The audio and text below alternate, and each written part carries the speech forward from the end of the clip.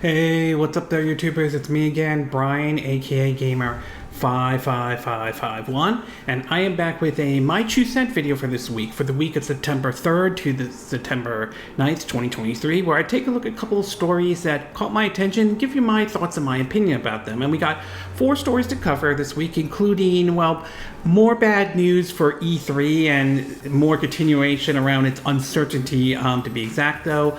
Bethesda, particularly Pete Hines, sound off on Redfall and everything, and while it sounds like they're not going to abandon the game as some people think that they might be, or something like that.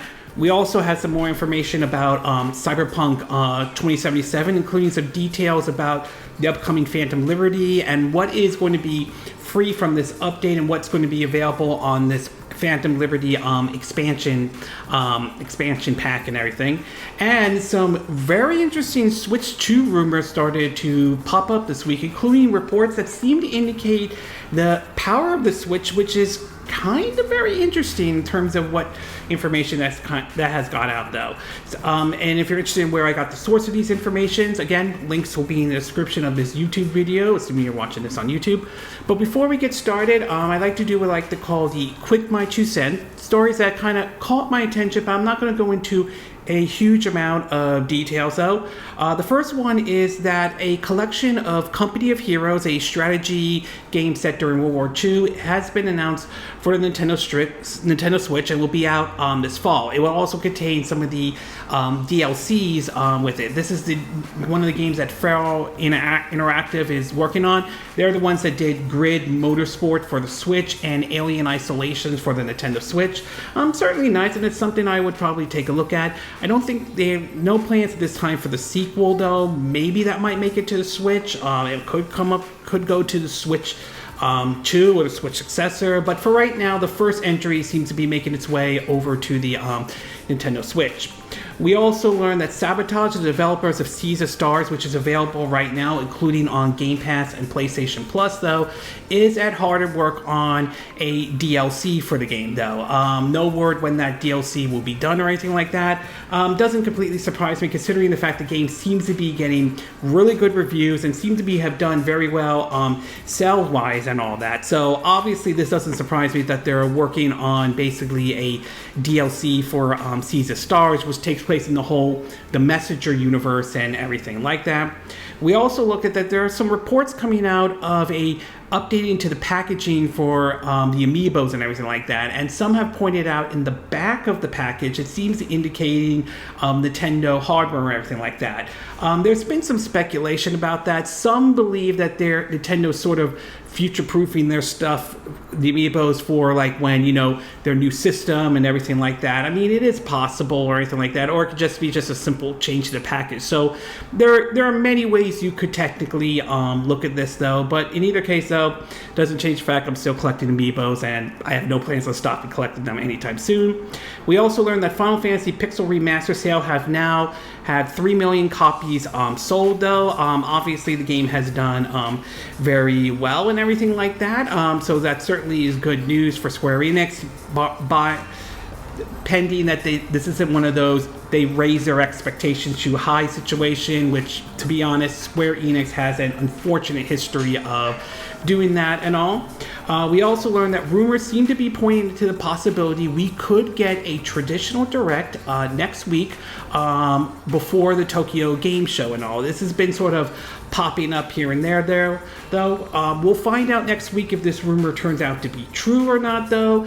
There has been back and forth of what could be shown at next week direct though. Rumors seem to be pointing towards the possibility that a F-Zero or Donkey Kong could make its way into this direct though. Again, nothing's official at this time. We'll have to wait and see what happens next week if a direct happens, and if it does, what Nintendo tends to show. But like anything, if a direct is happening next week, my advice to all of you out there is sort of keep your expectations in check, because sometimes if you raise your expectations too high, I feel like you're sort of setting yourself up for disappointment though.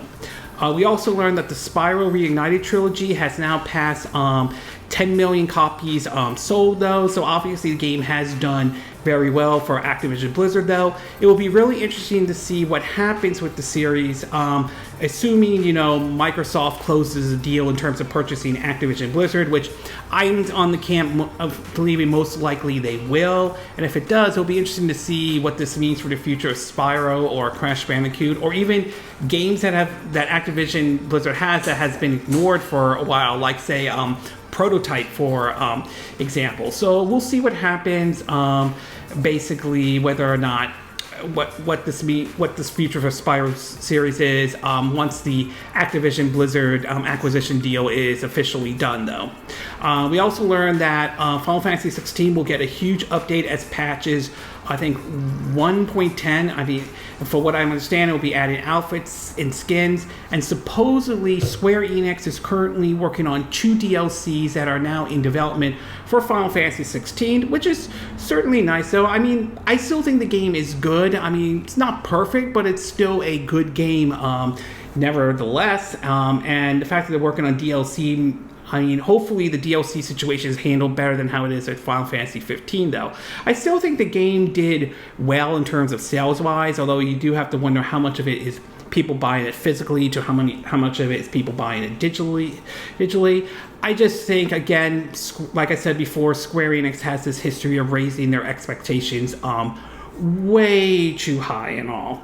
And we also learned that Starfield Game Pass the Game Pass upgrade is currently the best-selling item on Xbox so far. And it seems as though the game hover currently right now at an 86 and 87 on Metacritic, though, but it does sound like the game's off to a very good start and everything like that. And the response has been, I mean, from what I've been hearing, is positive and everything like that. I just recently I'm downloading it on my Xbox Series S, though. I'm going to check to see if the download's done. I'll probably get into it later tonight or everything like that to see how the game plays and see if it's different from the type of Bethesda RPGs that Bethesda is known for and all. But it does sound like Starfield is off to a a very good start for Bethesda and Microsoft. Hopefully, we'll see what this means. I mean, whether this will have a good impact in terms of with Game Pass or sales-wise. So I'm very curious to see how well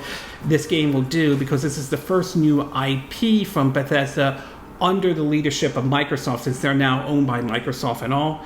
And last but not least, we now see that Charles Martinet, along with Shigeru Miyamoto, have put out a video in terms of talking about what this means for Charles Martinet's future in terms of now being the Mario ambassador. As some of you are aware, he is stepping down as voicing Mario and all, but it does sound like he'll be promoting the character and so forth going forward and all that stuff. It does kind of suck. He's not going to be voicing Mario anymore, because he is basically the voice of Mario, and to be exact, though. But I am curious to see what he does with this Mario ambassador thing that he's been given by Nintendo and everything like that.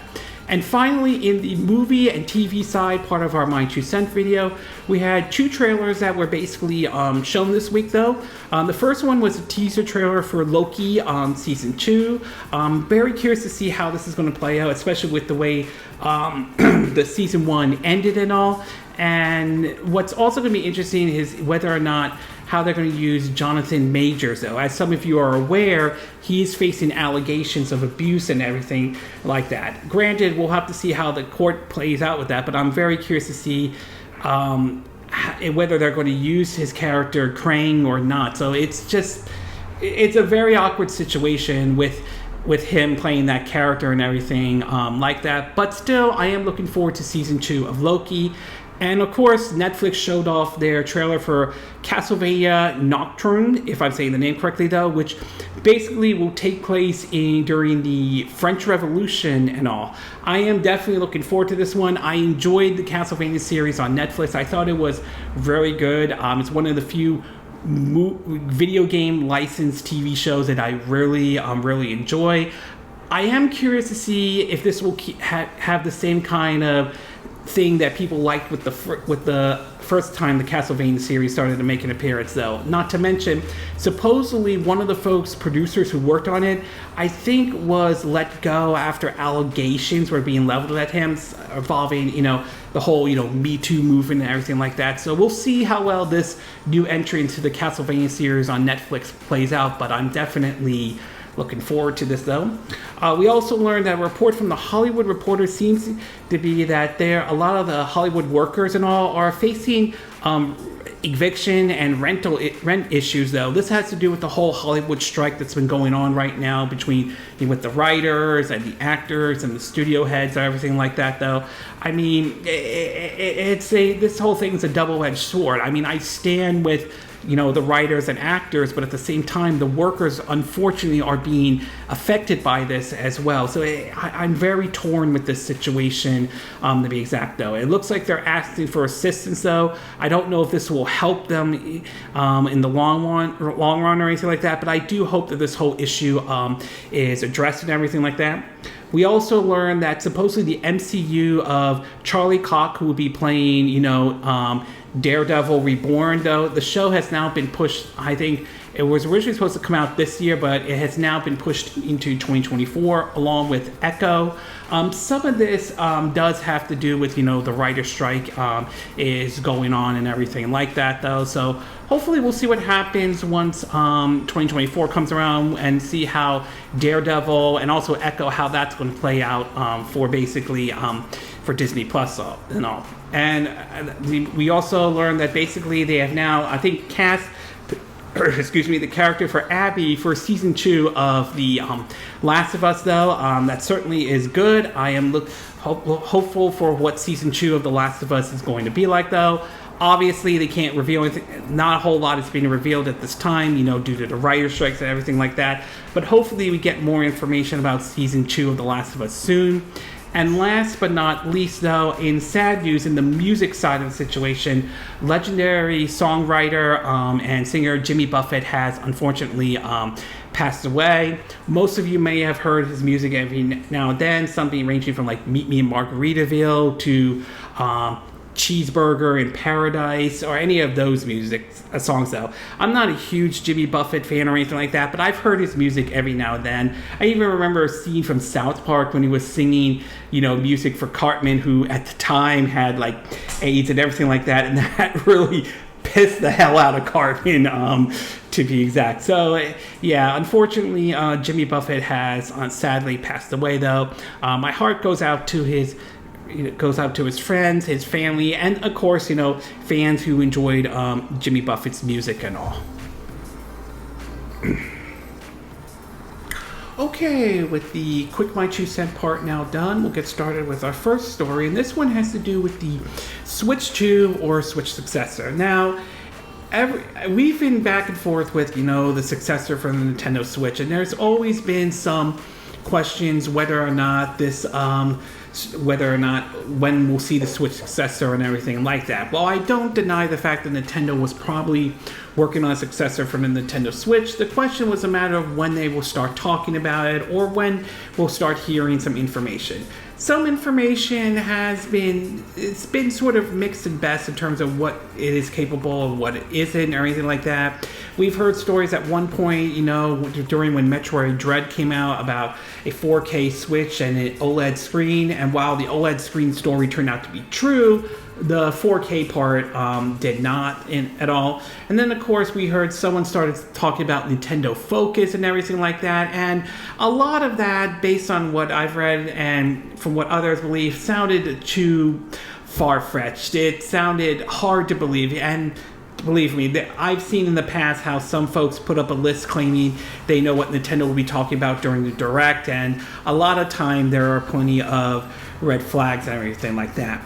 However, there has been some movement on the Switch 2 or Switch successor, as there were reports about Nintendo showing the system off during at Gamescom behind closed door, though. And this week kind of had a lot of, well, let's just say a lot of the floodgates kind of opened a little bit, and some very interesting information started to come out. Now, granted, a lot of this is rumor territory at this time, so no matter how you look at this, it still needs to be taken with a grain of salt no matter what. So we'll have to wait until we hear official confirmation from Nintendo. That being said, if this information is true, then yeah, this this information definitely sounds very interesting. It has certainly caught my attention.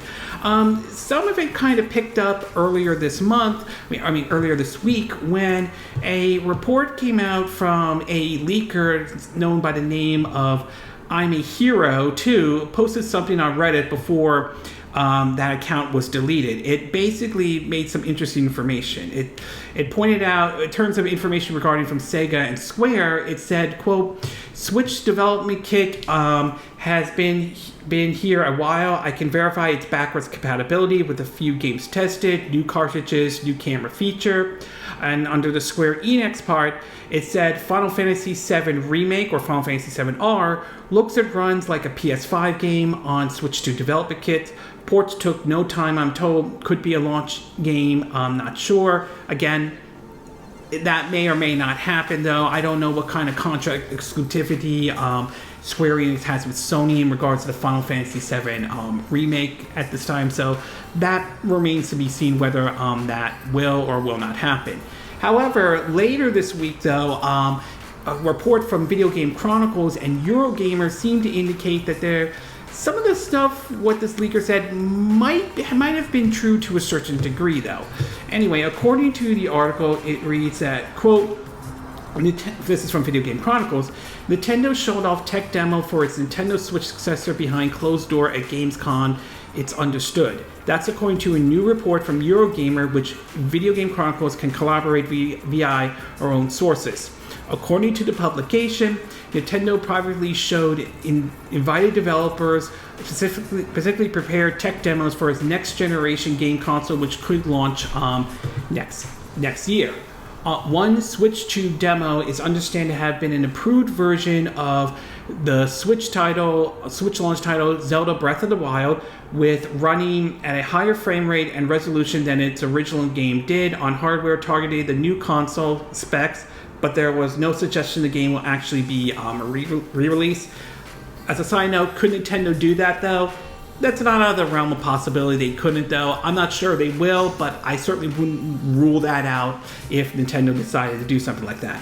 Anyway, continuing on, another VGC source claimed that Nintendo showcased Epic's impressive The Matrix Awakening Unreal Engine 5 tech demo, originally released to showcase the power of the PS5 and Xbox Series X in 2021, running on target specs for its next console.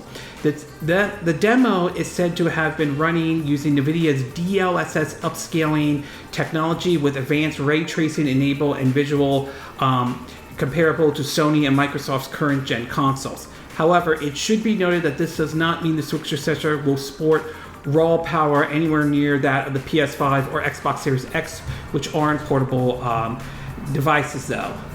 It points out, DLSS, deep learning super sample, is a feature exclusive to NVIDIA's graphic cards. On PC, it works by using AI to upscale the resolution of games effectively, allowing developers to achieve higher graphical settings and better frame rates on weaker hardware. According to Digital Foundry analysts, DLSS at any normal screen distance looks and almost as good as the real thing, though. It also says that, quote, although specific detail on the hardware are being kept closely guarded, VGC sources indicate that the next-gen console would be able to use in portable mode similar to the Nintendo Switch.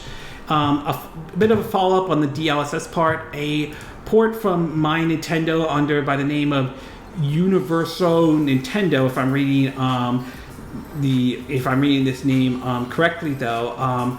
An editor weighed in with mostly supported facts of the system. According to My Nintendo, it says that, quote, he claimed that the system will include 12 gigabytes of RAM and include an advanced AI upscaling technique known as DLSS, though it appears that Eurogamer got it wrong and it's actually DLSS 3.1, not the new DLSS 5 as is stated in their report today. So, at least according to this person, it's using DLSS 3.1, at least that's the claim for now, though. So, what do I think about this information? I would say, to me, I tend to think that this one is a bit more believable than the Nintendo Focus one, to be exact, though. The DLSS part, I do find that kind of interesting, to be exact. because given the partnership Nintendo and Nvidia have, though, I do think that DLSS will probably be used on Nintendo's next system. Now, what we don't know is whether this report is this the DLSS that's being used, on PCs, or is this going to be like something, custom made for the Nintendo Switch or anything like that, though. But the fact that it could run almost like PS5 graphics is kind of interesting and all, because I always figure that the Switch successor, I could see it more closer to maybe PS4. I've heard, PS4 Pro possibly. I could see something on a PS4 Pro level, or even something close to a Xbox Series S. That's certainly what isn't out of the realm of possibility. But close to an Xbox Series X or a PS5, I would say that's very, very interesting if Nintendo can actually pull that off, though. Obviously, we won't know until Nintendo starts talking about this system, though. But I will say the latest information that has come out is very interesting indeed, though, and hopefully we'll hear more information about it, and hopefully Nintendo can confirm whether or not a lot of these information is correct or not. So overall, I would say yes, I still think it's important to take this with a grain of salt at this time, though, but I will say if this information is true, it certainly has caught my attention, and I am very curious to see how the Switch successor is going to be pulled off, especially hearing the fact that it's using DLSS and the fact that the graphics could be on par or close to something like a Series X or a PS5. That certainly sounds very interesting indeed. Okay, we're going to take a quick break, and when we get back, we'll get to part 2. And this one has to do with the CD Projekt Red talking a little bit about Cyberpunk 2077, especially the what features and what are going to be free in terms of the upcoming update and the Phantom Liberty expansion pack, though. So we'll take a quick break, and we will be right back.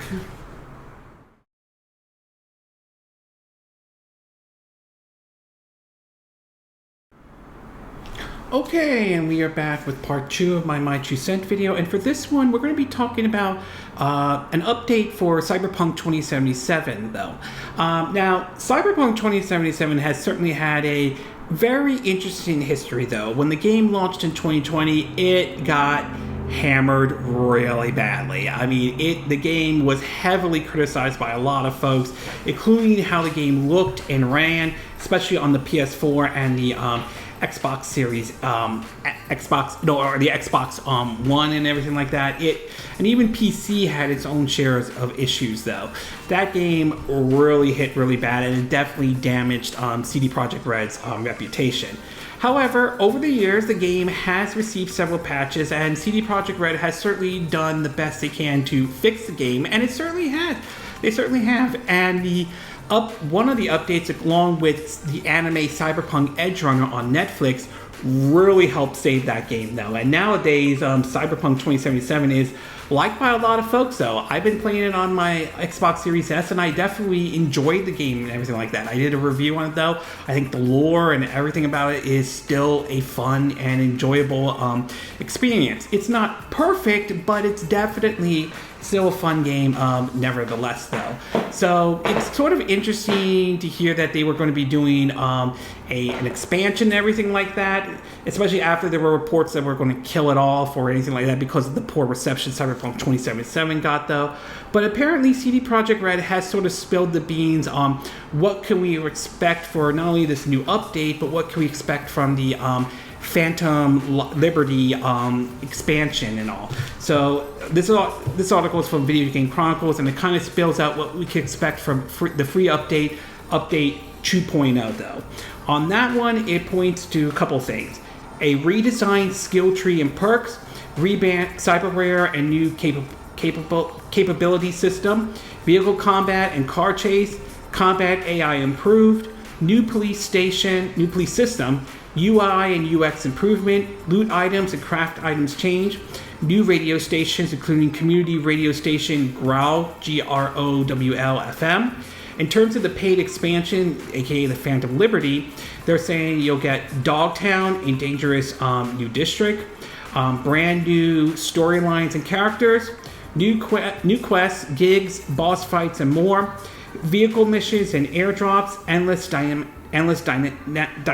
dynamic events, hard I'm saying that, all new relic skill trees and ability, 100 plus new items, weapons, cyberware, cars, and fashion, vehicle missile launcher, and level cap increase to 60. They point out that They also pointed out last week that the decision to only release a single expansion for Cyberpunk 2077 was a technological one due to the company's switch to Unreal Engine development.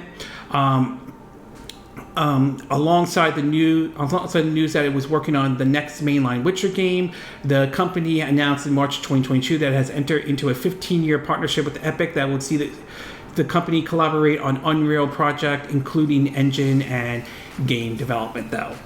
So, I mean, certainly nice what they're adding, though. I think the Phantom Liberty one is the one that kind of caught my attention, and that one I might sink some money into to get, though. I definitely am very curious to see how that one is going to play out and everything like that. But it's still nice to see that CD Projekt Red is still trying to do what they can to improve the game and everything like that. I just hope that going forward, when the next Witcher game or a brand new IP that they're working on, or even a sequel to Cyberpunk 2077, I'm hoping lessons were learned from this situation and that they try to avoid making the same mistake again, though. Their reputation was hit hard after when Cyberpunk 2077 launched, and I'm hoping that they've learned from this experience, though. But in either case, I'm looking forward to this paid expansion.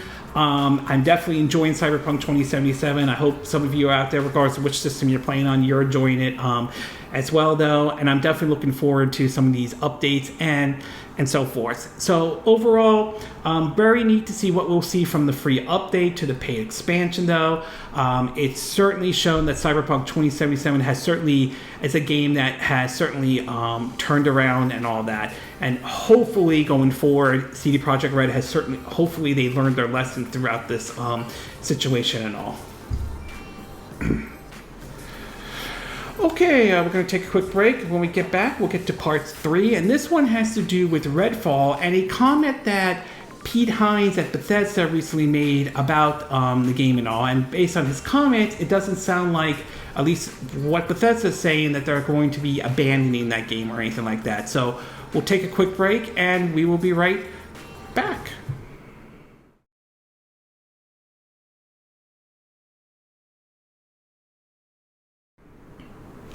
Okay, and we are back with part 3 of my 2 cent video. And for this one, we're going to be talking about Redfall and a comment made by both Bethesda and Pete Hines and all. Now, Redfall really unfortunately did not get off to the best start that Microsoft and Bethesda had hoped for, though. That game launched not in the best of states there has been for that game, though. And then there was the report from Jason Schreier that really showed that there were a lot of people that did not like the direction Redfall was going. There was hope for the game to be canceled when Microsoft purchased Bethesda, but Microsoft kind of took a hands-off approach, which they would later admit was probably not the wisest decision to do and everything like that. It basically became a laughingstock and it really did not help Microsoft in terms of selling the idea of Game Pass and everything like that.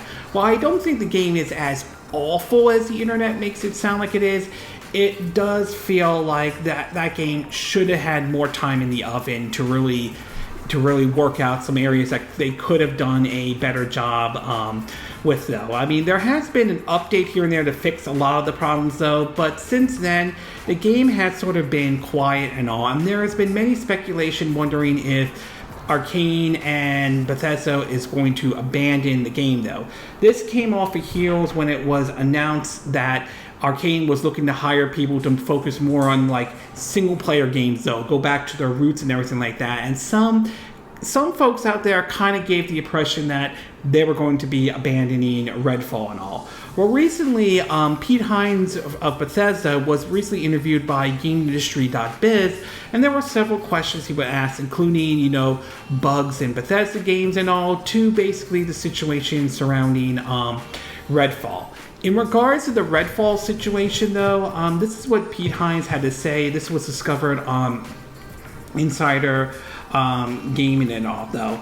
It says, quote, in an interview with GameIndustry.biz, Hines talked about the chaotic nature introduced by having a lot of bugs presented in the game. In the interview, Hines touched upon Redfall, stressing that despite not getting the start they wanted, it remains sure that players will be playing Redfall on Game Pass 10 years for now, though. This is what he had to say, that, quote, we're going to get it to be a good game because we know it as a first-party studio. Game Pass lives forever. There will be people 10 years from now who are going to join Game Pass, and Redfall will be there. In the interview, though, Pete Hines stressed that Redfall is still being worked on, and there are things in the pipeline to make it better. For instance, there is a 60 FPS upgrade that players will be delivered shortly after release. That's just one of many things that could be done or added to make the game a little bit more tolerable. In his own words, it's still a fun game. He used Fallout 76 as a working example, stressed that the launch wasn't flawless, but now it's this same popular multi-platform game. And in terms of bugs and everything like that, he made an interesting comment when talking about basically bugs, in Bethesda games and everything like that. This is part of what it was said on GameIndustry.biz. They said, quote, spoken to the head of global publishing, Pete Hines, ahead of the launch of last week's GameCon 2023, where the subject of Bethesda and its histories with bugs invariably came up. But while the company has been known, fondly in the case of many fans, for the quirky errors in the open world RPG, Hines suggests it's less important than the team's effort to give players more freedom. We embrace chaos, he told us. We could make a safer, less buggy, less risky game if we wanted to, but what we try to lean on is players' freedom. Yes, there's going to be some little things here and there where your companion might stand a little too close to you sometimes. Yes, the freedom you get and the things happen because of that, we absolutely love and embrace. Of course, there are bugs, but does it take away from your experience, or do you have a consistent fun game that you can't stop playing and experimenting with? Now, in terms of Redfall, though, do I think Redfall could recover from its bad launch and everything like that? Again, it's not out of the realm of possibility. He isn't wrong about the fact that Fallout 76 was able to recover. And as I mentioned before, Cyberpunk 2077 and Final Fantasy XIV are another good example of games that were able to recover from its bad launch. That said, though, that's not to say every game is going to happen to that. We saw what happened with games like Anthem to even Marvel's Avenger, and how those games never recover from their bad launch. And eventually, BioWare and EA gave up on Anthem. Though it's sort of has a skeleton crew at this time, and Marvel's Avenger got shut down. Square Enix closed it, though. Some of that was also Embracer Group buying Crystal Dynamics and everything like that, though. So, I mean, we'll see if Pete Hines is correct, especially the whole people will be playing it 10 years from now, though. I mean, yeah, it could, but if there's no major improvement to the game, I can't see how people are going to be still playing this game 10 years from now and all. So maybe the game will recover, maybe it won't, though. As far as the comments he made about in terms of bugs in Bethesda games, this is where I have to say I don't completely agree with that statement, though, that he made. While I do agree with it, does it take away from your experience? Do you have a fun game that you can't stop playing and all?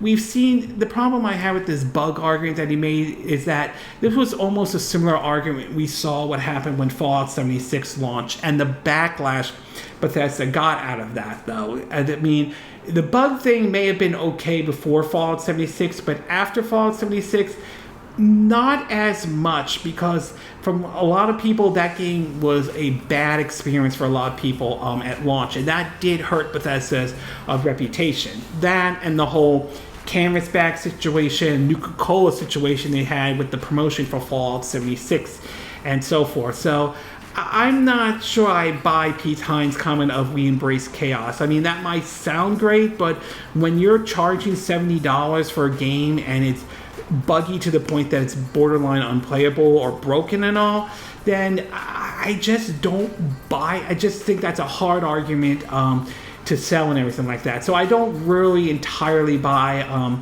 Pete Hines' argument, to be exact.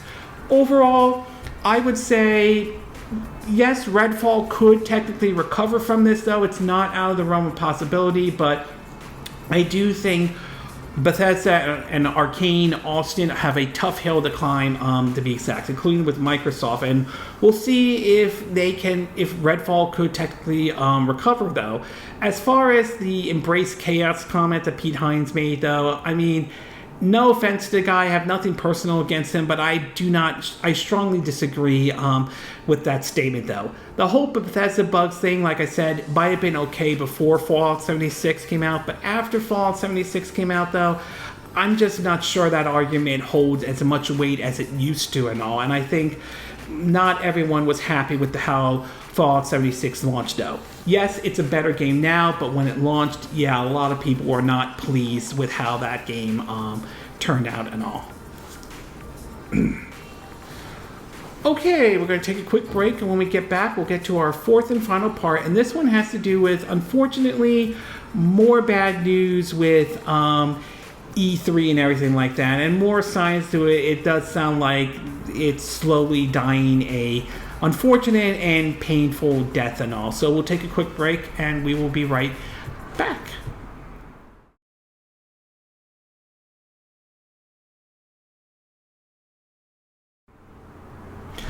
Okay, and we are back with our fourth and final part of our My Two Cent video, and this one has to do with E3 and unfortunately more bad news for it, though. Now, E3 has really struggled over the years and everything like that. What was once part of, an important part of the gaming culture and so forth in terms of hearing like the latest new releases and everything like that, it's kind of has diminished over the years, mostly because there have been other events like PAX to Comic-Cons to even companies, and Gamescom, to even basically companies holding their own event, like say, Nintendo with their Directs and everything like that, Xbox with their Showcase, PlayStation, like with their State of Play and everything like that. It's becoming more and more, unfortunately, showing that E3 may not be as relevant as it was before in the past. Now, earlier this year, it was reported that they would be teaming up with ReedPop, the same folks who handle, the PAC West and everything like that, though. And supposedly they were going to be planning it for E3 2024. Well, it seems to be that whole situation has now been completely thrown out the window, as it seems that the ESA and ReedPop have seemed to have parted ways and everything like that. In an article from Video Game Chronicles, it reads that, quote, following earlier reports, the ESA has confirmed it will not hold an E3 at the LA Convention Center next year, although it claims it has not outright canceled plans for a 2024 event. According to GameIndustry.biz, the trade body is working on a complete reinvention of E3 show for 2025. E3 was due to return for its first in-person show in 4 years this summer as part of a multi-year deal with PAX organizer ReedPop. However, after months of building up and uncertainty, the show was canceled in March. At the time, ReedPop claimed it simply did not garner the sustainable interest necessary to execute it in a way that would showcase the size, strength, and impact of our industry. In a new statement, ReedPop's game event boss said, "We have enjoyed our time working with the ESA and appreciate their commitment to the game industry as a whole. While we will not be involved in the future of E3, we look forward to seeing its evolution and where the ESA takes it." ESA President and CEO adds, "We appreciate ReedPop's partnership over the past 14 months and support their ongoing effort to bring industry and fans together throughout their various events. Basically, they're continuing on. While the reach of E3 remains unmatched in our industry, we are continuing to explore how we can evolve it in the best serve the video game industry, and are evaluating every aspect of the event from form to location. We are committed to our role as a conveyor, if I'm saying it correctly, for the industry, and look forward to sharing news about E3 in the coming months. In E3 absence, many other events have took place in LA in June, including producer Geoff Keighley's rival Summer Game Fest, Ubisoft Forward, and Xbox Showcase. Speaking to Video Game Chronicles, Keighley dismissed suggestion that competition for his rival event was partially responsible for the cancellation of E3 2023. So it's a little bit unfortunate we did not get to see what Repop was going to do with E3 and all. I was kind of curious to see how the folks who worked on the PAX events, how they would be able to pull this off. And this just adds more uncertainty to E3's future and everything like that. As I said before, with all these other events and trade shows going on, and, you know, Nintendo hosting their own event, you know, especially with the Nintendo Directs and all, it does kind of bring up the question, do we still need E3 and everything like that? Part of me wants to say yes because it's part of the gaming culture and everything like that, but part of me also understands time has also changed over the years and all, and it does make you kind of wonder, is E3 still relevant till this day and everything like that. So we'll see what happens in 2024 if E3 is still around or not, though. But I think that I can see why some are viewing this as E3 is slowly dying a slow and painful death, and which is, I will admit, that is very unfortunate and all, because like I said, it is part of gaming culture. So it's really sad to see this happen to it, though. So overall, very unfortunate to see the ESA and Repop part ways and all. I would have loved to see what Repop would have done with E3. Maybe it could have been something actually good or something unique or anything like that. And E3's future still remains uncertain, though, but I can see why some people are saying it's dying a slow and painful death. And as the words of Dr. McCoy from the Star Trek series would once say to Captain Kirk in certain situations, he would say, quote, "It's dead, Jim." Okay, this concludes this My 2 Cent video for this week. And again, these are my opinion. What are yours? What are your thoughts about these latest rumors about the Switch 2 or the Switch successor, though? Do you think these rumors are accurate? Do you think we will see the Switch 2 will be on the power close to something like a PS5 or an Xbox Series X, though?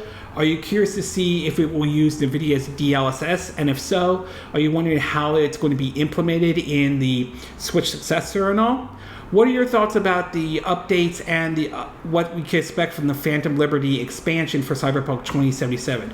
Are you looking forward to this expansion and all?